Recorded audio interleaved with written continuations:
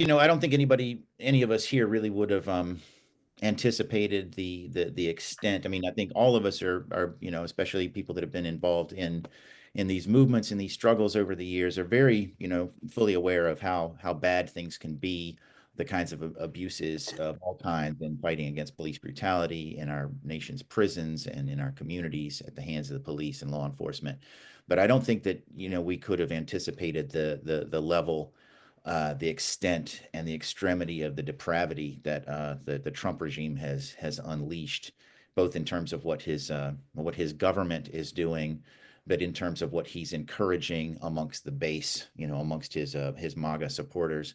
So one of the things that's happened is that people have gotten kind of like frozen up with anxiety and not really knowing where to start, and but at the same time, there have been outpourings of resistance, and we want to to get people together to talk about how we can encourage that, how we can create more opportunities for people to get out, off of the sidelines and into the struggles that are out there that are facing all of us. And we have two real purposes in today's event and discussion. The first is to build solidarity between communities and organizations that are out there, and that is to short circuit some of the sectarianism and the turfism that we see, that we've seen too often over the years. That does help to cause the paralysis and does tend to keep people on the sidelines. So we want to short circuit that and really push for solidarity between communities and between organizations. The second purpose is to build resistance among the people. Our organization, the October 22nd Coalition to Stop Police Brutality, Repression, and the Criminalization of a Generation, we've got literally decades of experience in doing this, in building from the ground up a movement that fights for justice for people that have been murdered by law enforcement around the country, people resisting racist mass incarceration, people fighting against political repression, and we join with and embrace and foster the kind of resistance that we're seeing. Some of the really inspiring stuff that we've seen around people fighting the ICE detentions and the deportation raids, that people are very bravely at risk to themselves. And we need to be very, very clear that this is not without risk, and that it's, that people can, should get in where it makes sense for them to get in, and don't think that, you've got to jump in, and go from 0 to 60, your first time out the gate. But we do want to emphasize that, these are dangerous times, and that much is going to be required of us to be able to turn back these attacks. So that's our two purposes: building the solidarity and building the resistance. And to that end, we've brought forward some speakers that we're very happy to host here today. And before we get that started, I want to introduce Andre Smith. Like I said, the mother of Justin Smith, who was killed by a Tulsa, Oklahoma sheriff's deputy on August 14th, 1998. And Andre is going to read for us the October 22nd Coalition to Stop Police Brutality's mission statement. So welcome. Thank you, Scott. The mission of the October 22nd Coalition to Stop Police Brutality, Repression, and the Criminalization of a Generation is to mobilize those directly under the gun of police terror, alongside those who are relatively immune to state violence, to derail the atrocities of police brutality, mass incarceration, and political repression. Since 1996, this has been realized through organizing for a National Day of Protest every year on October 22nd. In a time when we are witnessing a sharp return to open white supremacy and a fascist movement both inside and outside of government, the coalition is building a network to respond quickly across the country through protests and other actions, strengthening people's ability to resist and creating better conditions for fundamental social change. Wonderful. Thank you, Andre. So that's a bit about our history and our orientation in how we're approaching things in this struggle. So I'll go ahead and bring forward our first speaker. Our first speaker is King Downing, who is a human rights attorney based in New York City, and he's the host of Good Morning Nueva York on WBAI in New York, and he's going to speak to us on Project 2025 and Trump's executive orders. Welcome and thanks for being here, Tim. No, thanks to 022 for hosting this event. Thanks to all the people who've come here. I'm a long-time October 22nd member, participant every year. We do solidarity between New York and New Jersey. It was great to see the slideshows of all the other people, and I'm looking forward to the action items that come out of this.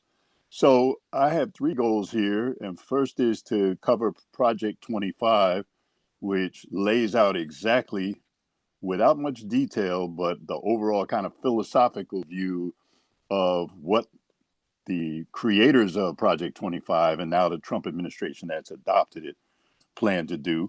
The second part is to look at Trump's executive order, which focuses in on police and gives a little bit more detail to what has been put in Project 2025. And then the third one is that we must resist in every way we can to do this. And in the end, I'm going to propose that we react to this by creating our own Project 2026, so that by the time the year comes, we are ready to fight back and not allow this to move forward any further.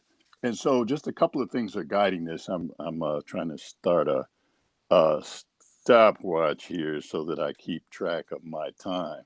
Am I getting hearts because I say I'm going to keep track of my time? Is that why? That is important in these things. So I'm guided by a few things. One of them that I want to let you know is that I'm an abolitionist. And I'm not only a police abolitionist and a prisons abolitionist, but I'm an abolitionist towards the system that put these in place and has them holding us back to wherever we are. And I hope that you will think about being an abolitionist too. And I like quotes. One of my quotes is that of Angela Davis. She says, "We constantly remind ourselves that we're abolitionists so that we don't settle for reform." The operative word is that we don't settle for reform. We fight for reforms to improve the conditions of the people while we are pushing towards abolition. And so our goal here today for me is to combine our analysis with our work. Sometimes we're a little heavy on one end, and when it comes time to figure out what we're going to do, the clock kind of runs out. And so I have also a quote that I use for this one by Stokely Carmichael, later known as Kwame Ture. He says, "We are past the time for description. The time is now for prescription." And so I have said in any meeting that I have or any presentation I'm part of that I'm going to try to make sure that there's at least half of the time available for the prescription part of it. And that's one of the reasons why I like October 22nd, much more prescription than description. So before I get into the Project 25 as relates to the Department of Justice and the executive order, here's our current present condition. According to the Washington Post, 1,173 people were killed by police in 2024. Black people were killed at 2.5 times a higher rate than whites. Since 2015, the Post also reports that 10,500 people have been killed by police. And no surprise, as of 2021, only 1/3 of these police killings are in the FBI database. Why? Because the FBI doesn't require it. So that was pre-Trump. So we can see what we can expect at this point. So now on to Project 2025. It was created by the Heritage Foundation, a longtime think tank of conservative values. There's one time that I have agreed with their analysis, and that was when Radley Balco, who was a conservative researcher, put out a booklet called Overkill, and it was about the use of police and SWAT teams. And I recommend that you go to the site and find that if it's still there anymore. A lot of information on the overuse of militarized or overarmed police. So the Heritage Foundation and the Project 2025 was guided and supported by over 100 conservative organizations on its advisory board. And know your enemy. I suggest you go to the website and look around, see who's on there, see if there's anybody you know and love. And so So now, let me get on to, let's see now, what are we? So I wanted to jump right into the DOJ report. So it's basically saying, and try not to run the laugh track while they say things. So one of their goals is to restore the FBI's integrity. How about that one? How about that one? We're going to get into that. Refocus on violent crime, dismantling domestic and international criminal enterprises, and also they have a national security agenda that is external and not including U.S. citizens. That's what they're saying. So let's take a look at the first one, the refocus. Well, no, let's take a look at the first one, restoring the FBI's integrity. All we have to do to talk about the FBI's integrity is use the word COINTELPRO. And that was the program that attacked the left starting in the late 40s and the 50s and continued supposedly until the 70s. And so I call that one COINTELPRO 1.0 because COINTEL 2.0 was the attack on hip hop. And the feds carried out a campaign I call RAPINTELPRO, which was going after the hip hop industry and artists. Excuse me, we couldn't figure out why at first, but then we realized it was young people who were from the streets and who were in street organizations that went from criminal activity to organizing groups like the Young Lords, Black Panther Party, the Chicano movement. And so 2.0 was designed to prevent that group from making its transition from street unconsciousness to street consciousness. And then we had hip hop, I'm sorry, COINTELPRO 3.0, which was around the time of Mike Ferguson. Out of that movement came an FBI program called the Black Identity Extremist Program. And you can look up BIE. And there they were trying to tag extremists and using the T word to apply towards groups who were part of the small b, small l, small m movement. And there were documents. We formed a task force that looked into it. And what finally happened was, no surprise, they said, well, we have discontinued the program, but nobody's believing that anymore than that they discontinued COINTELPRO 1.0. So the next part of it is to refocus on violent crimes.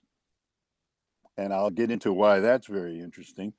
They're talking about applying federal charges for state and local crimes where local prosecutors do not prosecute.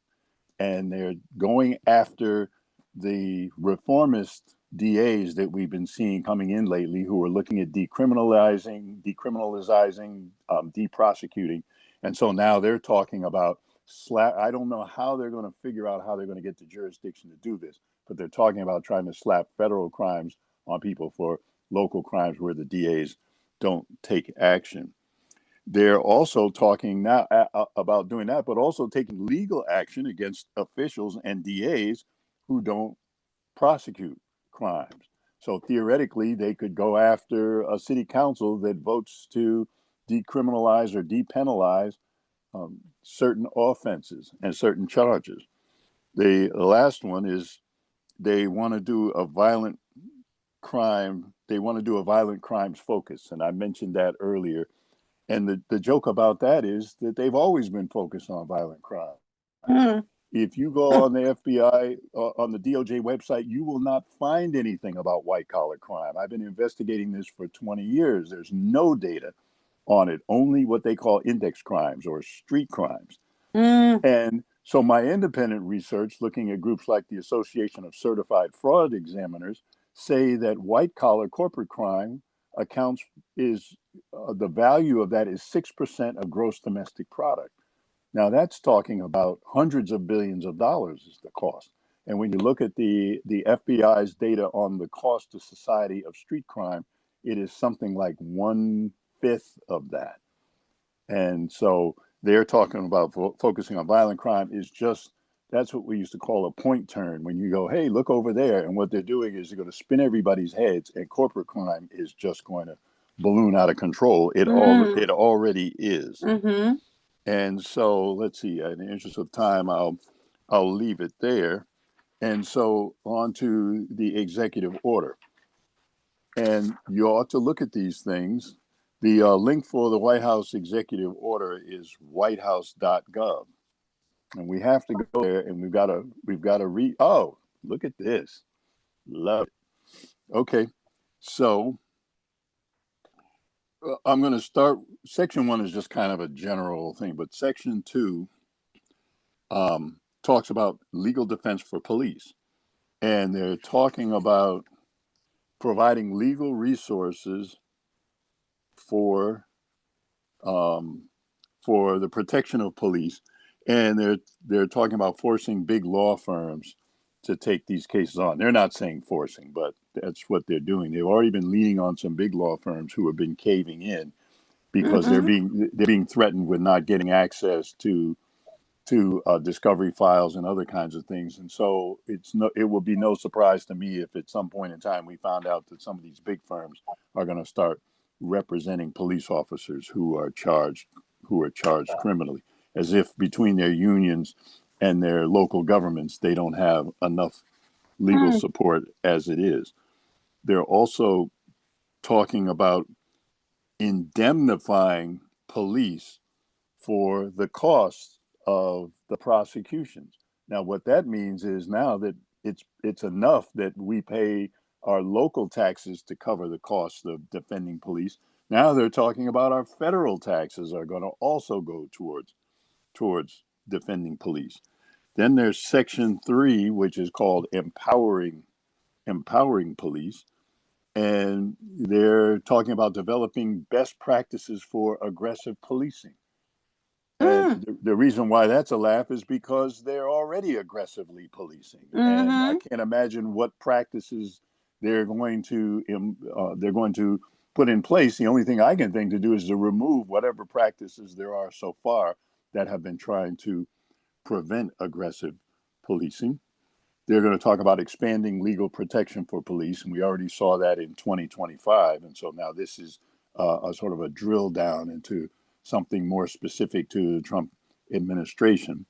And so we don't know. Is legal protection meaning to change the criminal laws where there are penalties, or create exceptions for crimes committed by police? Are they going to remove those crimes?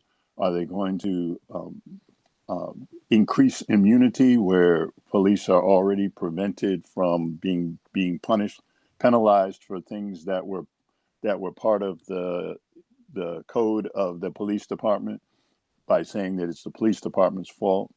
They're also talking about increasing punishment for crimes against police. And so we'll see, if they go through with this, we'll see two levels of crime. One is, a crime committed by one person against another, and then the other one will be higher penalties for crimes committed by police. And so and the last part of Section 3, the most important part, well, not the most important part, but the part that they've already taken action on, is that they're going to review federal consent decrees around policing. There are so few of these, given the thousands of people who have killed every year and the 10,000 who have been killed since 2015.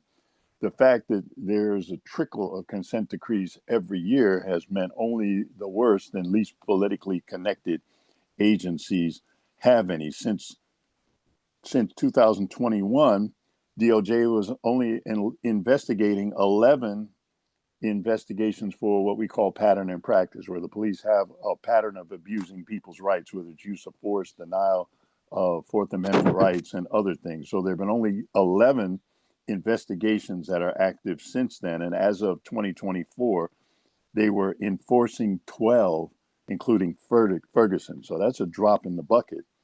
And already they've canceled two of the proposed decrees, the one from Minneapolis around George Floyd, and the one in Louisville, Kentucky, for Breonna Taylor.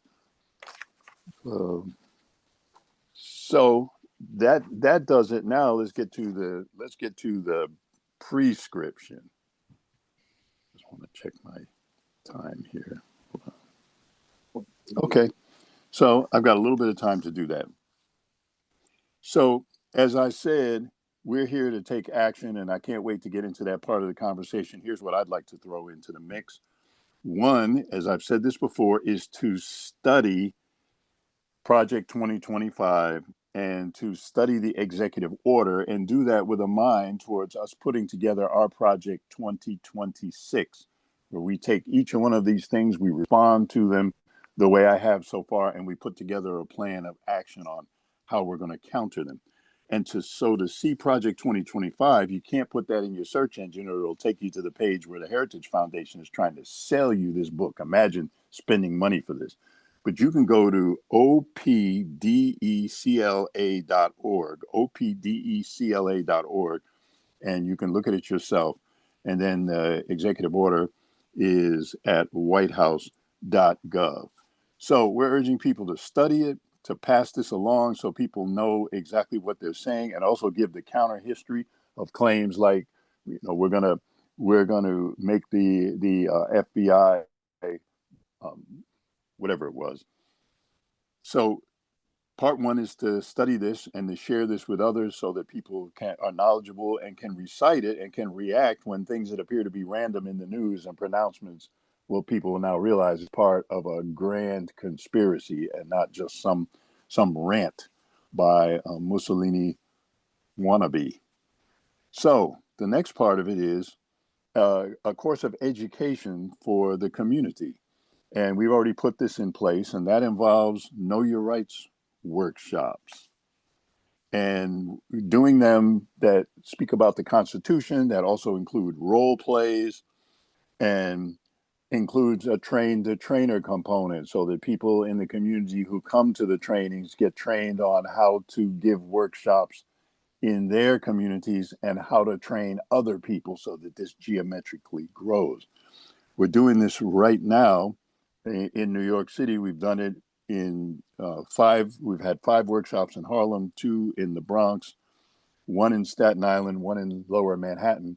And these are all done in coordination with Justice for the Wrongfully Incarcerated, the organization of the Central Park Exonerated 5, with also support from Central Park Exonerated 5 member and now City Council member Yusuf Salam, and also with the support of Public Advocate Jumaane Williams, whose office has been very helpful in finding locations in order to do these.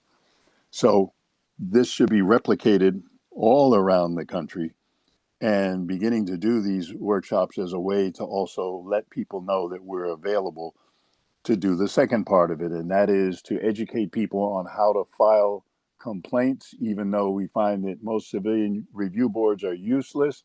If all the people who got abused put in complaints every year, it would put out massive numbers. In New York, there are 20,000 complaints made to the Civilian Review Board every year out of 8 million people, and hundreds of thousands of just stops and frisks, not to mention all the other things that happen. So we have to push to make that grow. Then second, we want to deploy in the community-led and community participating in cop watch programs to observe the police, because even before this executive order and this 2025 platform get put in place, we're already expecting police to be emboldened, figuring that it's their time again. They own the night again, as they used to say. So having cop watch programs in place and having the community see people who are willing to stand in the vicinity of police and hand out rights information and videotape them is a powerful, powerful message to the community that they can also stand up and be bold. And we incorporate cop watch trainings into our community trainings, And in our Know Your Rights trainings, we have everybody pull out their camera and pledge that they will stop in any policing incident, no matter how small, and recognize that they have a right to do it.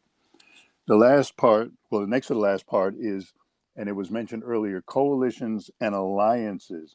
That, you know, we've got to put down the differences and find out where we have common ground to push back against these movements, because we'll get picked off one by one or two by two if we don't present a united front, even where we have contradictions that we are resolving internally.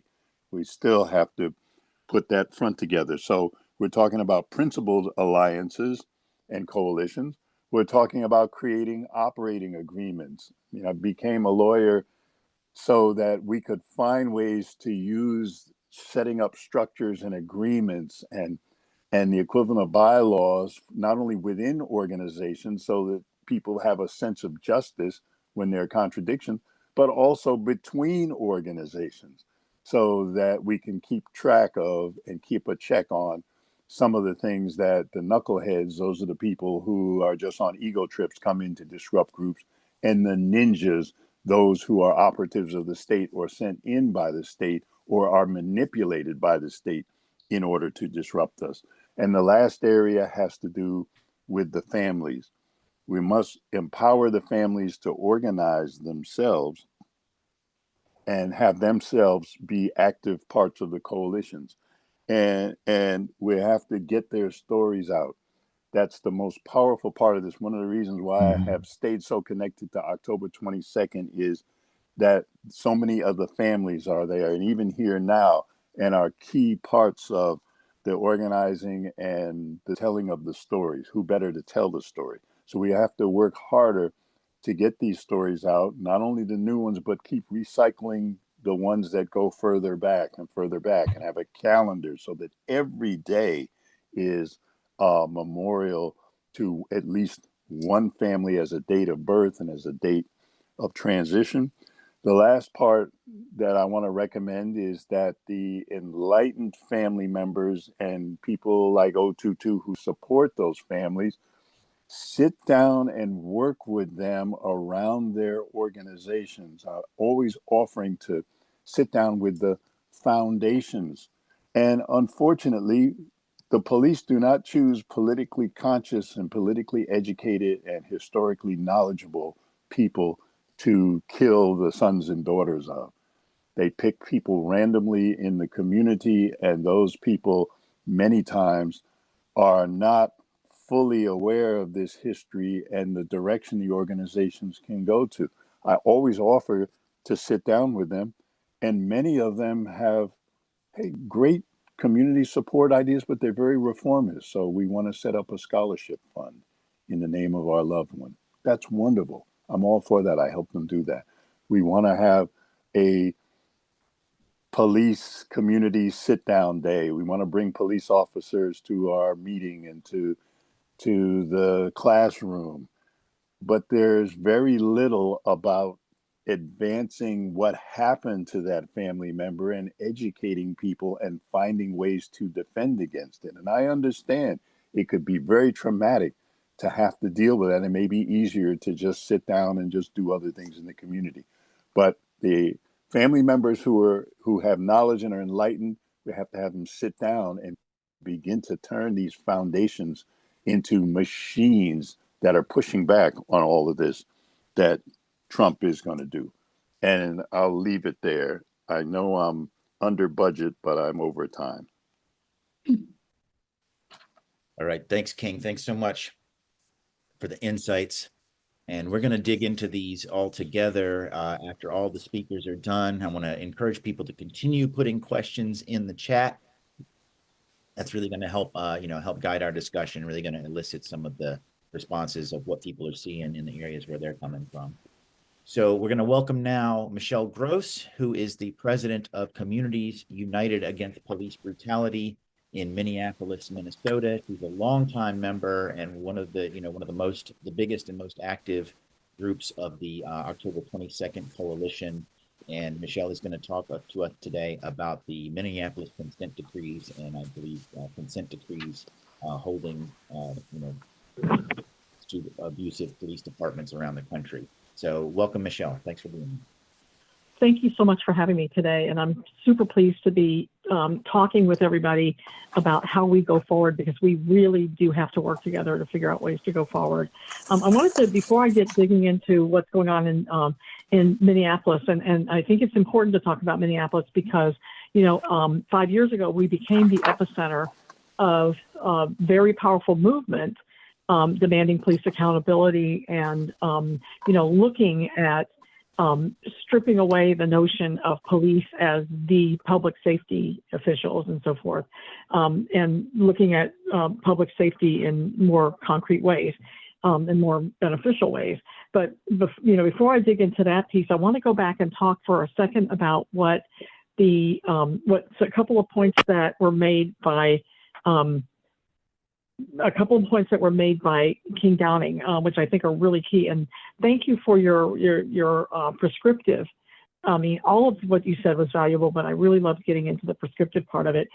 We run a cop watch program that I think is super important in terms of, and we see it now as being especially important around the attacks on undocumented people in our community. And so we do a lot with our cop watch program.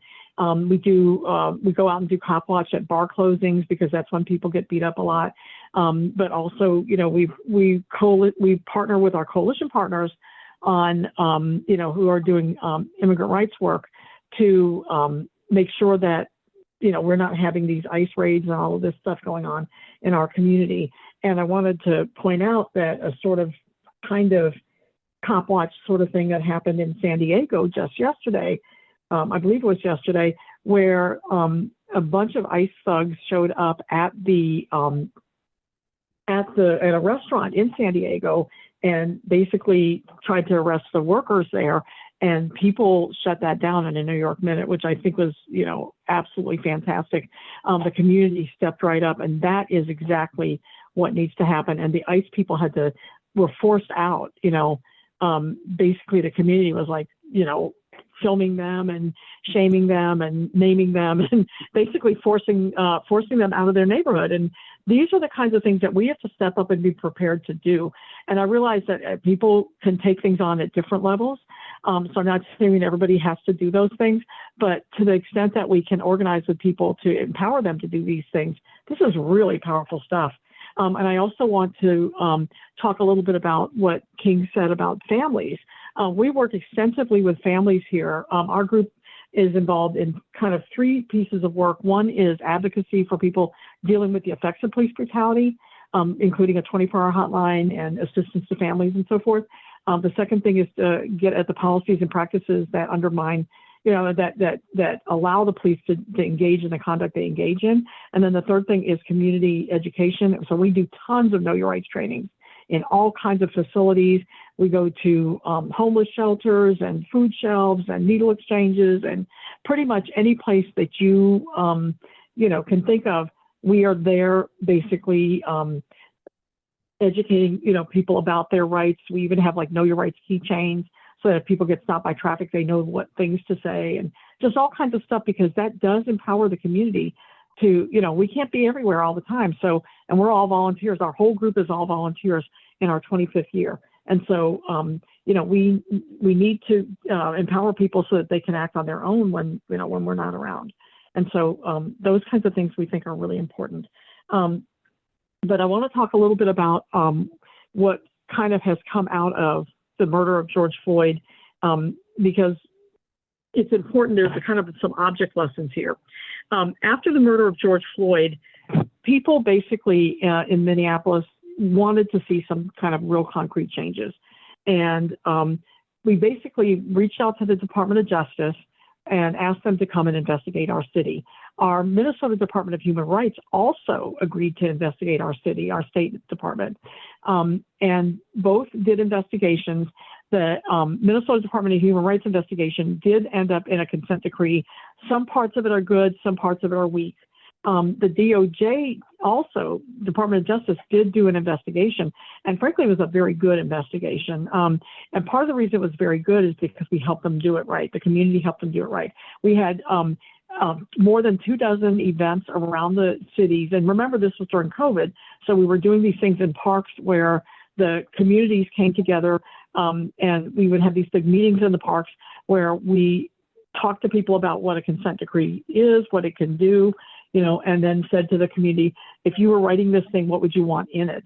And we made just dozens and dozens of pages of notes from those meetings that we put together into what we call the People's Consent Decree. We also gathered about 2,300 what we called experiences. I would call them more like testimonials from people in the community about their experiences with the Minneapolis police. And we held 2 days of hearings with the Department of Justice on Minneapolis police treatment of people experiencing mental health crisis. And so from all of that, we basically fed them what they needed in order to address, and really write a good investigation of what was happening in Minneapolis and all the racism and all of the harmful stuff that the Minneapolis police were doing. And so basically the bottom line is, we did all of this work to get this consent decree to happen. Then the city basically dragged their feet for forever. And it took about 2 years before the consent decree was finally, finalized. It was submitted to the court on January 6th. Now, knowing that, the guy I call Felon 34, I won't even say his name, knowing that he had gotten elected and was going to be inaugurated, January 20th, they finally got around to submitting the thing January 6th. We submitted a brief to be what's called amicus in that case, because we're already amicus in the Minnesota Department of Human Rights consent decree. And it's important to be an amicus in those cases because it means the community's at the table. We're equal partners with the other people at the table, and that's a really important thing. So we are amicus in that case. We had submitted the brief to be amicus in the DOJ consent decree, and then the judge basically sat on it and sat on it and sat on it. And then on the 17th, so the Friday before the inauguration, the Minneapolis Police Federation at 4 o'clock, literally, submitted a brief asking to be what's called interveners, meaning make them a party to the consent decree. And they did this in order to cause a delay, in order to allow Felon 34 to come in and do what they knew he was going to do. So it was dirty pool from the beginning. We pretty much knew this was going to happen, honestly, but it still is infuriating. And then the judge, 2 days before the anniversary of the murder of George Floyd, the judge issued his ruling that basically said, you people are liars about what the cops are doing. There's no merit to the DOJ investigation, which is crap. We've 2,300 people waited on that investigation, and then more, even beyond that. So it was really outrageous. And then he said, you people would be best using your money to hire more cops. So it was such a slap in the face to the community. He's clearly a MAGA judge. There's no question about that. And his response to the community was truly outrageous. People are furious about it. But, and we're writing letters and we're doing other things like that. But the main thing we are doing is this. We are using that DOJ investigation and consent decree to push for the things we want ourselves. We decided we'll use it as a tool. We know what they said in those investigations, and we are working hard to force the city to make the changes. The city's saying, yeah, we're going to do it anyway, even though the consent decree, isn't being enforced by the courts. So we are going to force them to do it one way or the other. We're working in broad coalition with several organizations, including the ACLU, who is working with us on a project that they're calling the 7 Cities Project. And in that project, we are gathering data from the community. We're basically gathering data. Oh, and Kathy, if you can take the piece that you had up just now. That was our motion in opposition. I'd like to. I should have sent you the link to the judge's ruling. Basically, the first page of it was basically kind of like, well, the DOJ wants out of it, so I'm going to dismiss it. But his second page was a whole long footnote, basically telling the community we're crazy and we have no right to demand these changes. It was so disgusting to tell that, and especially to do that right before the anniversary of George Floyd's murder. It was really, really disgusting. So, we're taking that on, but we're also, again, we're going to use the results of this investigation to force the city to do some things that they don't want to do. And we, yes, so somebody asked if this was a federal judge, and yes, it was federal judge Paul Magnuson here in the District of Minnesota. And I knew when they gave it to him that the fix was in. And the reason we knew that is because he's a senior status judge, which means he's retired, and they only bring him in on like little cases and stuff like that. Guy's 82 years old. He was never going to live to the end of the consent decree if it would have gone in place. But it's the whole thing is disgusting. And then on top of it all, when the city basically, when the city, when the DOJ said we want to withdraw from it, the city filed a motion in opposition, but it was literally one paragraph long that said basically, we agree to this, but okay, if you want to dismiss it, make sure you dismiss it with prejudice. And with prejudice means kill it so it could never come back. And that was disgusting as well. So you can see that the fix was in on this stuff, that the city likes to talk about things they want to do because, we have all these Democrats that are in charge of our city and things like that, and they all want to act like they're going to do things, but it's always just a veneer, it's always just a pretense. And so the bottom line is that we don't have a consent decree because the Felon 34 administration has stripped that from us, but we still intend to make powerful use of the findings of that DOJ investigation to force them to do the changes that we want to make. And so that kind of thing. The other thing that I want to put out there, this is without a doubt that that executive order unleashing the police, they're already unleashed. And so there's no question that is something that the MAGA forces did because they also had pardoned all of those January 6 people that, throw a bone out to the cops, because a lot of cops are MAGA folk. A lot of cops are MAGA supporters. Our own police federation president appeared on stage with Felon 34 when he came through town last time when he was running for this election. And so these people are clearly in the MAGA camp and they love this stuff. So the big thing that they're working on now is calls for Chauvin's pardon. And there's a very real possibility that this could happen. Now, if it does, he won't get out of prison. That won't happen because he was convicted on both state charges and convicted on federal civil rights charges. So he would just be basically sent from the federal prisons to the state prison here, and I don't think he'd have a real good time with it, frankly. But because I don't think it'd be a good move on his part. If I was him, I'd be saying thanks, no thanks, because he's got it a hell of a lot better in the federal prisons than he would have it here. But the bottom line is that they're also talking like that. And then in the meantime, our organization, which has been an all-volunteer organization for 25 years, which has done a ton of work. We were part of, right after the murder of George Floyd, we were part of a task force with our post board, which is our state licensing board for cops, to create professional standards for cops that include banning them from being members of white supremacist organizations and things like that. And that really pissed off the cops.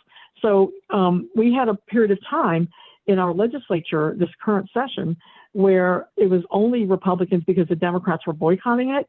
And they held a committee meeting where these Republican senators and legislators basically had a meeting to literally denounce the UAPB, their whole purpose of this meeting. So at the state level, and we were given no opportunity to defend ourselves or anything like that. And they sat there and lied about us and things like that, which tells you how damn frightened they are about a group that can do some work, and actually get things to happen. And so we, the bottom line is that they came after us, and now we have just now come under attack by this organization, the Center for the American Experiment.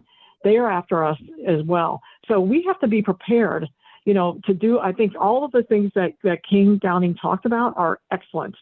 I think we'll talk about even more excellent ideas when we get to that part. But the bottom line is we have to also know that these people are powerful forces, and it takes a unity to really work together and stand up against these people. We have to work with each other and defend each other and be prepared, because these people are serious about trying to win. We can't just act like this is just some kind of a blip or something that, you know, in 3 years it'll be over and whatever. These people are serious as hell taking over our government, and they're serious as hell putting us in our place so that they can do it. So I think it's just super, super important that we be prepared to have each other's backs, that we be prepared to, you know, stand with everybody. I know you're going to hear about the St. Paul principles, which is a really important part of that. And I don't want to go into that because that's somebody else's talk. But the bottom line is that, you know, the more effective we are, the more we can expect these attacks, and the more we have to be prepared to have each other's backs and come at them with everything we've got. And so we've got plans for these people that did this to us at the legislature, and we've got plans for these people with the Center for the American Experiment. I'm not going to talk about them too much right now because I don't want to spill the beans, but we got plans for them. We're going to put them in their damn place. I can promise you that. So that was what I was, you know, mainly prepared to talk about. And like, again, we do our work here. I think we do a lot of powerful work in the Twin Cities, but we do it in coalition with our other organizations. I'm really proud about that. And then the last thing I wanted to just mention is to go back for 1 second to what King Downing talked about working with families. He's right that when people join this club of families, they are joining a club they never intended to be a member of. You know, and there's nothing in school that teaches you how to deal with the kind of vicious attacks that these families come under. And basically the bottom line is that, you know, like I said, there are vicious attacks that they launch on these family members. They, you know, when somebody is killed by the police, they will go back to their third grade spelling test that they flunked to try to find some excuse or reason to sully that person's name and justify what the cops did. We have to be prepared to say, you know what, we're not going to let the cop narrative be the narrative. We are going to change that narrative in every way we can. We're going to work with those families to bolster them, because, you know, you can't just go up to people that have been deeply harmed by this by the police and go up and say, now join the movement. You know, we have to put legs under people. So we have to be prepared to help people, you know, get a lawyer, do all the things that they need, but at the same time, help them with changing that narrative about their loved one and defending them no matter what. You know, they will always try to make people look, they'll say it's domestic violence. They'll say some kind of thing that makes people go, ooh, I don't know if I could be with that, you know, thing. Don't you believe a damn word of it, because 99.99999% of the time, it's a damn lie. And I can promise you that from all of the cases I've worked on. I've probably worked on, you know, we've got over 600 stolen lives in Minnesota since 2000. And I would say to you that I've worked on several dozen of those. And I can tell you that 99.9999% of the time, it's been a fucking lie, excuse my language. But they just lie about people. And it's super, super important to stand with people no matter what.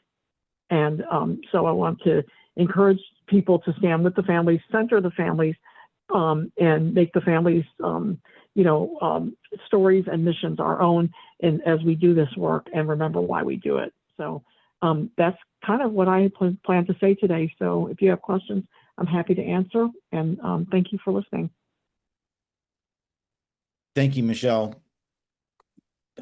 Always, you know, in awe of what you're doing and what CUAPB is able to do. I think it's a real good example of when an organization could lead the way in a non-sectarian way that encourages and fosters resistance amongst the community. It's a real model for what we want to see happening and what is desperately needed to be happening across the country right now. I want to encourage people to keep putting their questions in the chat, and we're gonna address them sort of as a kickoff to our Q&A after the speakers, after the last set of speakers here conclude. And so I want to welcome now Art, aka AJ Blakey, the second, who is the oldest brother of Kiana Nicole Blakey, who was killed by a Cleveland, Ohio off-duty police officer on August 19th, 1989, and his power twin, Kimberlee Vaughn, the Ohio powerhouse. And Kim is the former wife of Mohammad Isaifan, who was killed by an Akron, Ohio police officer on December 15th, 2019. And they're going to talk about the effect of all of this coming down from the Trump DOJ and the MAGA fascist movement generally on the ability of families to pursue justice. Welcome. I know who wants to go first. Thank you so much, Scott, and everyone else. AJ, did you want to go first, and then I can bring up the tale?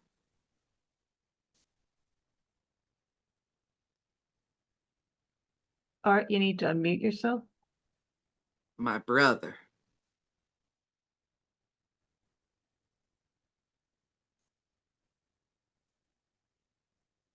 Okay. Well, maybe you can start, Kim, while Art's. I'll go ahead and start. Thank you for the introduction, Scott. So I won't reintroduce myself. The picture you're looking at now is myself and Art when we were given the opportunity to go to Minnesota and meet up with other families and members of the October 22nd Coalition and the Stolen Lives Committee. And with Communities United Against Police Brutality.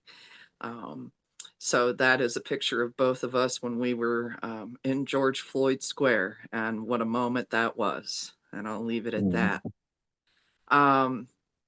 Did I hear you, Art? Are you on now? Yeah, I'm here. Okay. Did you want to go first and say what you'd like to say? Not yet. Okay. All right.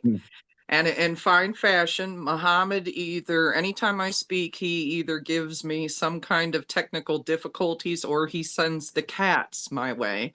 And I have a cat crawling all over me, screaming at me right now. So if you hear that in the background, I promise I'm not killing cats. That's just Mohammad irritating me. Okay. Well, so on behalf of all of the families across the nation who have been forced into this club that none of us want to be a part of, we have been under attack with the recent demands by President Trump.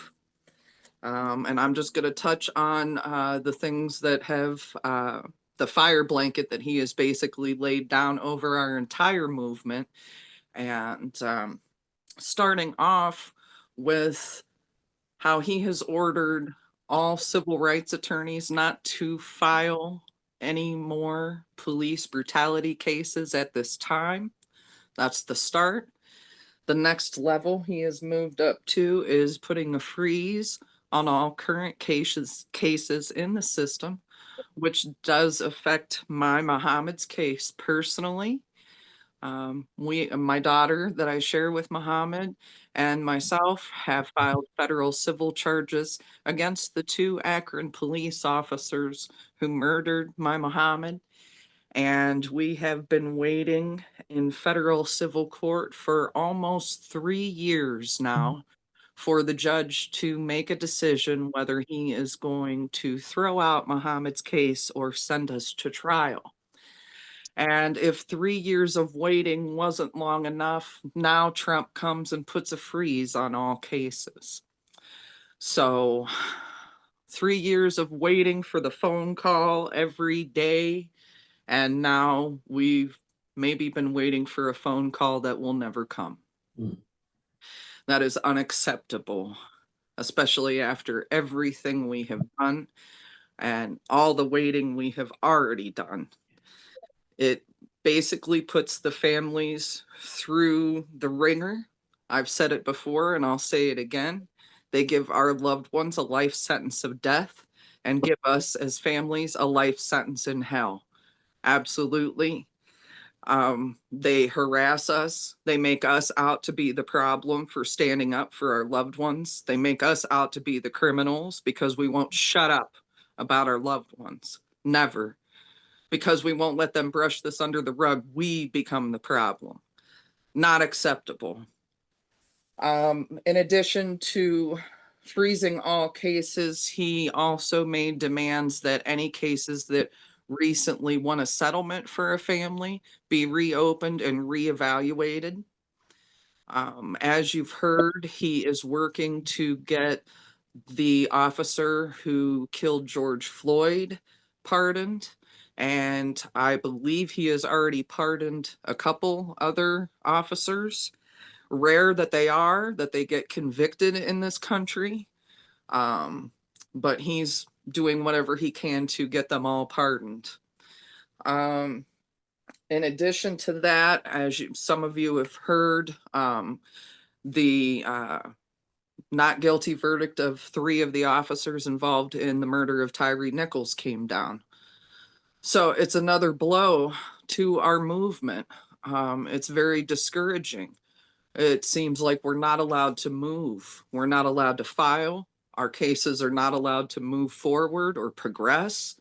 If we do happen to get that rare win of a settlement or a conviction of the officer, it's being taken away from us, or not even on our plate anymore, not even that light at the end of the tunnel that some of us have been waiting for. It's very discouraging. It doesn't give us a lot of hope, especially for those like my brother AJ, who have been in this fight since 1989. We continue to fight, and all these years of hard work and sweat and yelling and stress and tears and blood and threats of being arrested for what we do. And it's like a slap in the face. Like, it's all for nothing because all of this is happening. If that wasn't enough, Trump also demanded that the Department of Justice delete entirely the database that tracks the national police, all the national cases of police misconduct and murder. Deleted, gone, like it never happened. All that data was deleted. Thank you, Trump. And if that wasn't enough, he has made mention that he is going to keep us all in line and one day give police complete impunity for a day to do whatever they want and get away with it. Not that they don't already have that with qualified immunity anyway, but this would be on a total other level. And we all know that, if this day were to come, what that would mean for us stolen lives families who are in the face of this giant in this country without fear until our last dying breath. We face these giants every day. And because we are their biggest enemy and we are the ones that are in their face right now, they are going to come for us first. They're not going to go for the crackheads. They're not going to go for the gangsters, the other criminals. They're going to go for the people who are in their face the most and threaten them the most right now. And that is us. So if all of that isn't a nice little package that Trump has tied up and sent to us for our movement, putting basically a halt to anything police reform. This is absolutely unacceptable. And as families, we beg of you to please stand with us and with our deceased loved ones and help us fight against this. Help protect us from what may be coming for us because of what we do.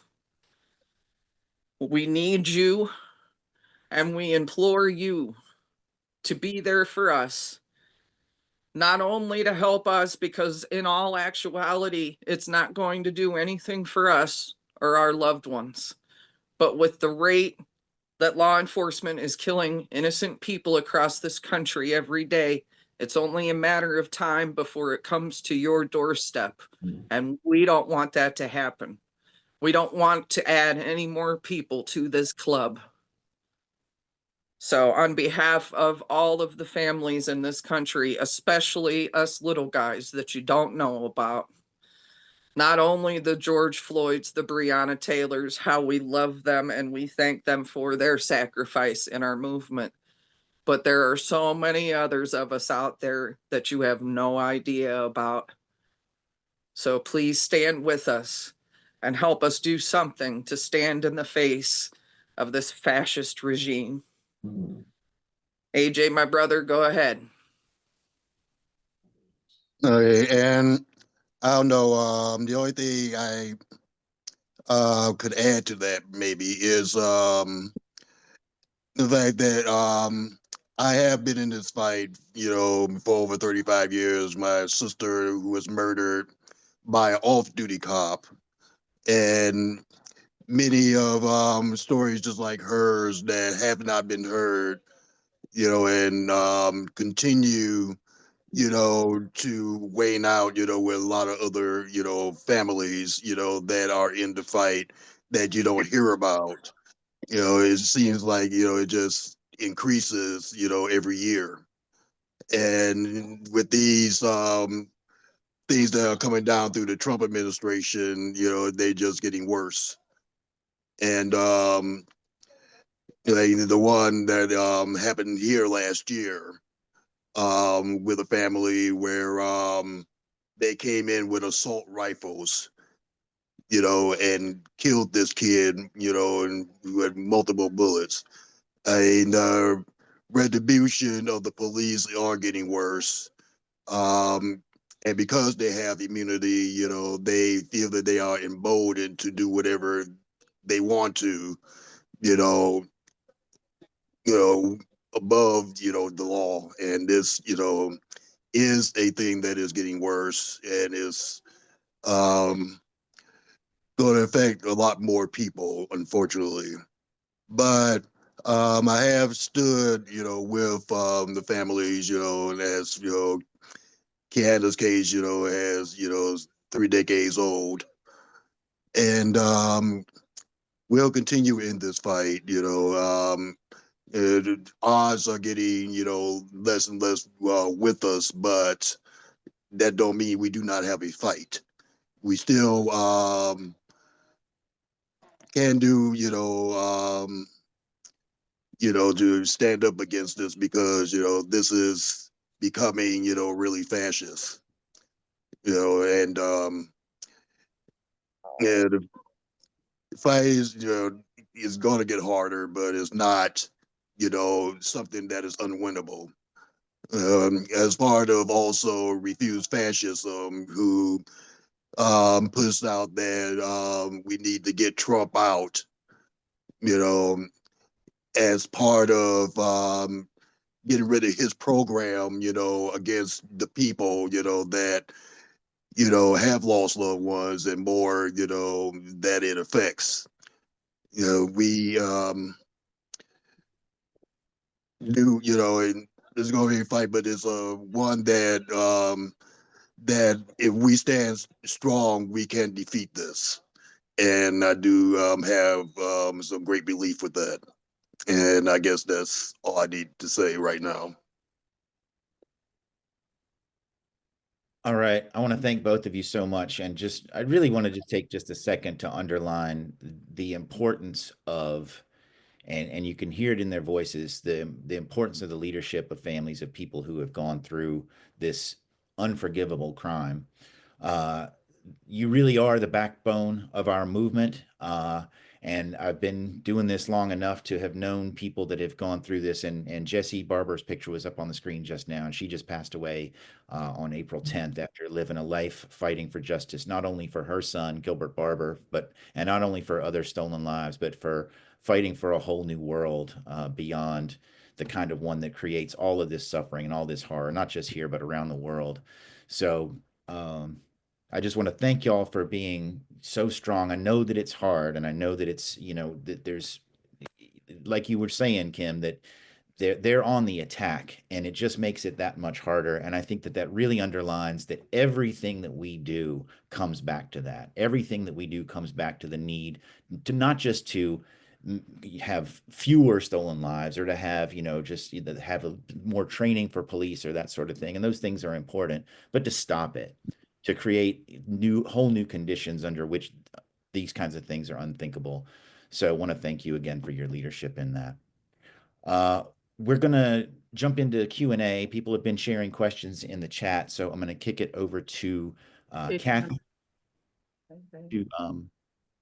to start the Q&A, to take on some of these questions and let our panelists answer the questions. Okay, we really only have 3 questions. I was kind of splitting it up between questions that the speakers can address based on what they've already talked about, and questions that will kind of help with our discussion later in terms of how do we mobilize, how do we strategize. So I think one quick question that could be easily answered from Barbara to Michelle, asking, are you a tax-exempt organization? If so, are you worried about losing your status? If not, can they try to shut you down, for example, through audits, other ways? Well, thank you for that question. I'll answer. We are a tax-exempt organization now. We weren't for most of our life of our organization, and like I said, we're in our 25th year. We decided to become one because at one point we were going to hire a staff member, and so we did that for that reason. But basically, but now we still don't have. We're still an all-volunteer group, and you know, could they mess with us? I don't know. You know, I suppose they could. We will fight back no matter what they try to pull, but we were a grassroots organization for a very long time before we got to this stage. So being, and we also being an all volunteer organization, we don't take grants and we don't take any government money.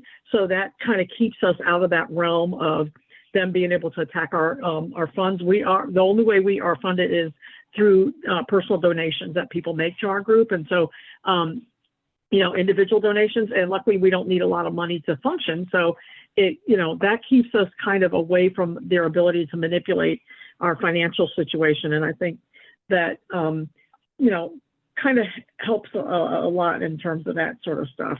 So, you know, the bottom line is we're not going to let them figure out any way to break us up or end our organization. Oh, and I was going to mention one other thing. We don't have any paid memberships or anything like that. Like you can't join us by being a paid member or anything.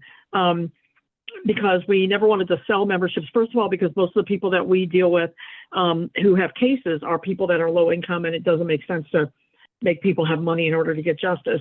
But also because we didn't want to set up a situation where the cops could buy up a bunch of memberships and put us out. So, you know, we always tried to think, you know, how to really be resilient. And, you know, if they come after us or whatever, luckily we work with a lot of lawyers that love us, and we will just fry their asses in return if they try anything. Hopefully that answers the question. Barbara, did that answer your question? Yes, yes. Yeah, thank you, Michelle. And that's, I hadn't thought about a lot of those angles. Like you're kind of flying under the radar by staying away from grants and the bigger foundation. You know, so that's really interesting. And you're very lucky to have a group of such a large enough group of dedicated volunteers to keep your organization alive for that length of time. So congratulations. And I look forward to meeting you at NACOL in October. So yeah, I'm speaking at the conference, so yeah. Thank you. Oh, apologies. Thank you. I'm still recording because I figured some of the answers might be, the questions and answers might be something that those who are interested. But when we start discussing, right after our segue into starting discussing strategies, I'm going to stop recording just to make sure that people feel comfortable to speak and take part in it. I'm going to bring up another question from Barbara, just because I think the question from Scott might be a good segue into our discussions.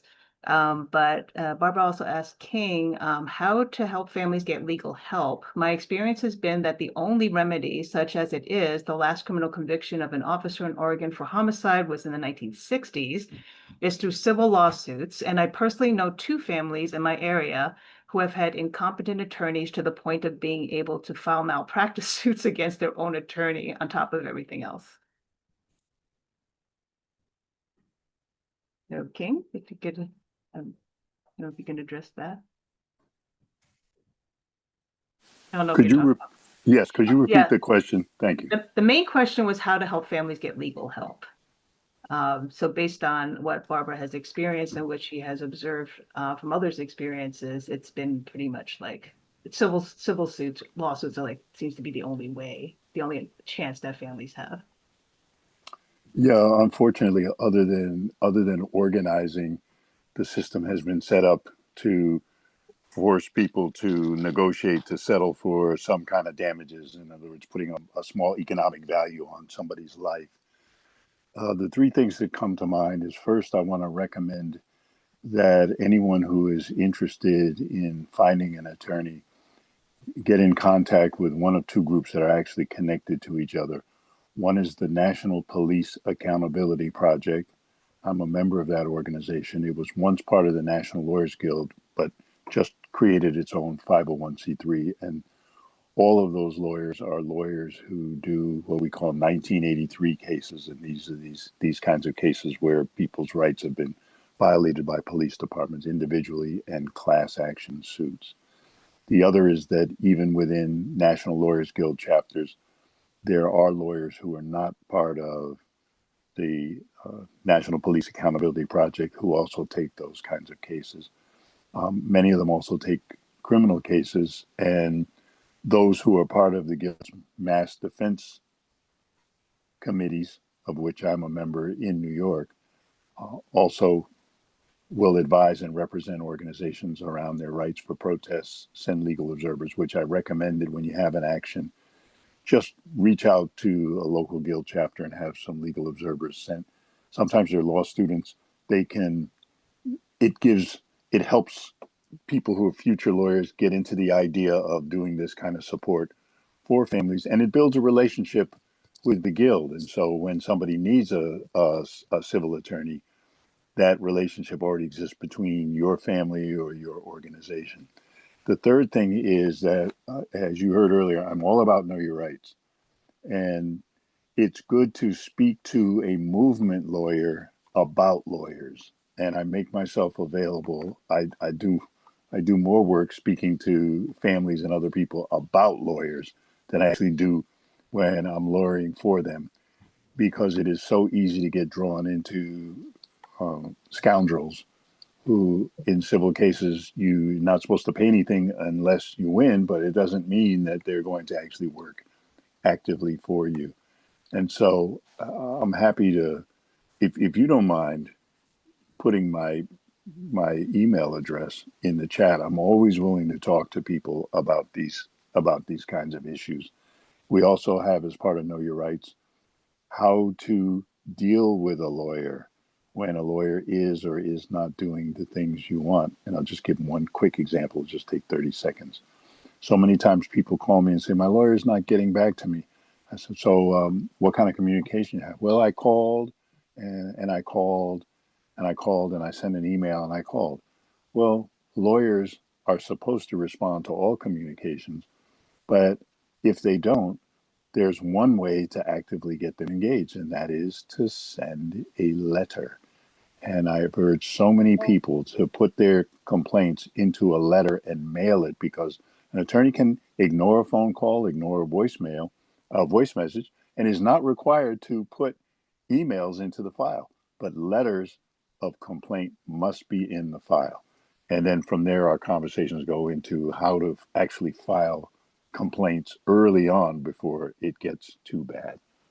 So I'm happy to talk to anybody about that situation. Thank you, King. Michelle has her hand up. Yeah, I just want to add to that a little bit. I think that's really wonderful that you're willing to give people that kind of advice, King. That's fabulous. But one thing about in the Twin Cities, just because we've been around so long, we pretty much know all of the good lawyers that take these cases and the ones to steer people away from too.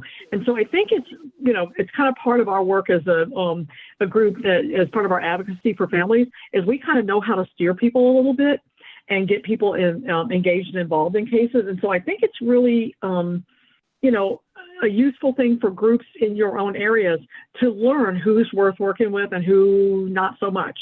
I think that can be part of the way that we develop our own sort of support networks within our own communities, because every community's got its own lawyers and things. And it can be pretty important to do that. And I would also second what King said about the National Police Accountability Project. I'm also on that listserv, and it's a listserv for lawyers and legal workers that work on police, jail, prison, and police brutality cases, essentially. And so the people on it are powerful people that do good work. And so I put the link to the referral. I mean, you can go on the website for the National Police Accountability Project, and look up like lawyers and find lawyers around the country that do this work. And the people that are paying the money to be on this listserv are pretty dedicated to doing it and do really good work. And we are frequently posting about the victories we have in our cases. And so people, and also questions that we have, how do I take this on? How do I take that on? So it's a great support network for lawyers and legal workers. And so the people that are on it are clearly dedicated to this work. So I would, use that website to help me find a lawyer in your area. Yeah. I just put a link to the referral listing in the chat. Okay, thank you, Michelle. And one more question before we move on to the prescriptioning. The question from Scott earlier on asking King, do we have a sense yet how these executive orders and other actions with the Trump DOJ has affected the ability of families of victims of police murder to pursue justice through the legal system? Any word of chilling effect outside of the areas operating under the consent decree? So these were kind of addressed by Michelle and Kim to some extent, but King specifically, have we seen any concrete evidence of this, what's been executed? Beyond the pressure that's being put on the law firms and beyond the change in the consent decrees, the rest of it is not even a wait and see. Some people say that it's like wait and build, wait and defend. And so we know that we're going to see a change in police activity. So right now, nothing concrete has come down, and that's why we're all here now, to try to figure out how to head it off. But that's a great question, and one we're asking ourselves each time there's a new piece of news that comes out. Thank you, King. Michelle? I'm sorry to keep jumping on top of you, King. Because you're so smart, and I just want to honor, what you say. I just want to say that I do think that that these executive orders are emboldening judges that already had a tendency to be very pro-cop, like this guy Magnuson that got rid of our consent decree. This guy never saw a case against the police that he thought was worth a damn, and he always screwed families out of their justice anyway. But I think it really emboldens them to do more of that. So I think that that's a really particular kind of mechanism. Most of these cases have both state claims and federal claims. It's going to make lawyers think hard about whether we should take these cases in state or federal court and things like that. And in every jurisdiction, it's different. But here in the District of Minnesota 8th Circuit, the judges here are just god awful on police complaints, and they always were.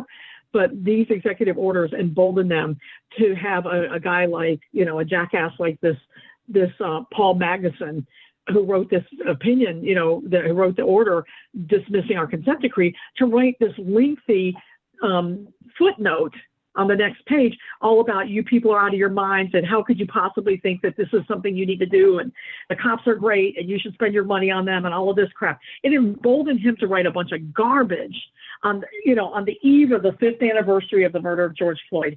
So I see that these judges are going to be able to feel much more comfortable dismissing these cases outright and things like that. So I think, that is part of the effect of him signaling in this way. They're like actually kind of, virtue signaling, if you will, on the right about what their expectations of judges are, and giving permission to these judges that were already inclined to screw the community and to basically validate them doing it. So I see that as well. Scott? All right. Well, we're going to jump into just some broader discussion now and some thinking and some strategizing on what we need to be doing next. And we do have a proposal to meet again next Sunday to start to solidify any of the ideas that come out of this discussion today. But I want to start it off and let Andre jump in again and read to us the St. Paul Principles, which our organization, the October 22nd Coalition, adopted, which were originally put forward by a group that was organizing against the Republican National Convention in Minneapolis in 2008. And Michelle with CUAPB was a big part of that. And I believe, Michelle, if I'm not wrong, that you actually drafted these principles. Yeah, I actually wrote these words. So thank you. Yeah. So this is something that really, I think, is out there to counteract the kind of sectarianism and the infighting, and to keep our movements focused on fighting our common enemy and our common oppressor. So I'm going to let Andre read what those principles are. Thanks, Andre. All right, thank you. The October 22nd Coalition officially adopted the St. Paul Principles in June 2023. The St. Paul Principles are a good baseline for solidarity and support. 1, our solidarity will be based on respect for a diversity of tactics and the plans of other groups. 2, the actions and tactics used will be organized to maintain a separation of time or space. 3, any debates or criticisms will stay internal to the movement, avoiding any public or media denunciations of fellow activists and events. And 4, we oppose any state repression of dissent, including surveillance, infiltration, disruption, and violence. We agree not to assist law enforcement actions against activists and others. Crucial points for everyone to keep in mind, and those are up on our website at october22.org, and always worth going back and looking at those before you pop off on the internet about, oh, this person said this and that. I know it's hard sometimes. We get a little we get in our feelings about these things, but important things to keep in mind. So to kick off this part of our discussion, I want to hit up Ingrid from People's Organization for Progress to talk about what she's been doing in New York and New Jersey around the MLK conference. We're not starting from nothing here. We're not starting from zero and trying to build in response to all of these fascist attacks. There is a lot that is going on, and we want to hold up what they're doing in with People's Organization for Progress and the other organizations around this working group and this coalition, to show us, a model of coming together around a number of different issues and fighting back together. So if you want to. Sorry, I'm going to stop the recording after Ingrid speaks. So just to let everyone know that'll be the case. And there are 2 questions that were brought up in the chat before that I'll bring up later that might help with our discussion. Thank you. Thank you, Ingrid. Oh, okay. As we know, we're up against a fascist, ever-growing state of affairs, on which a MAGA police state is further being empowered. And it's for this reason that we have to continue organizing to build a strong pushback. Although many of us may have different missions, goals, and objectives, especially the organization, it is important that we build on what we have in common, one being the police state that is continuing to grow in quantum leaps. The People's Organization for Progress, with the endorsement of more than 279 organizations, held in Martin Luther King's People's Convention for Justice and Resistance on April 26, and had numerous resolutions adopted, which included fight back against the ongoing rise of the police state. The idea to have a convention grew out of our organizing effort for the Martin Luther King March of Resistance. The convention was a continuation of our resistance to all of the efforts, including those of the Trump administration, to erase the gains of the civil rights movement and the social progress of the past century. The purpose of the convention, and even though the convention was on the 26th, we are still continuing to meet pretty much on a weekly basis, was to develop a people's agenda and action for continued resistance to these unjust attacks. The organizations represent a broad cross-section of the grassroots community. We have had numerous historical relationships with some of the organizations, and we encourage those organizations as well as new organizations to join the fight. It's been one of the things that we find is that in building alliances, like I looked at the St. Paul's Principles again, and that is something that's very core to what we have to do in order to really build the alliances, because everybody's going to have difference of opinions. But it's important for one to listen to what people have to say and to understand that whatever issue that they're fighting, for the most part, it affects all of us. Some of the groups that we had was labor and economic justice. We had environmental and climate justice, religion. We had the youth, immigrant rights, education, and other groups. And each of these organizations, if we really look at the what they offer is that it impacts every part of our lives. So whether it's police brutality, whether it's environmental justice, it still impacts. So that's one of the things that we have to do in terms of working together.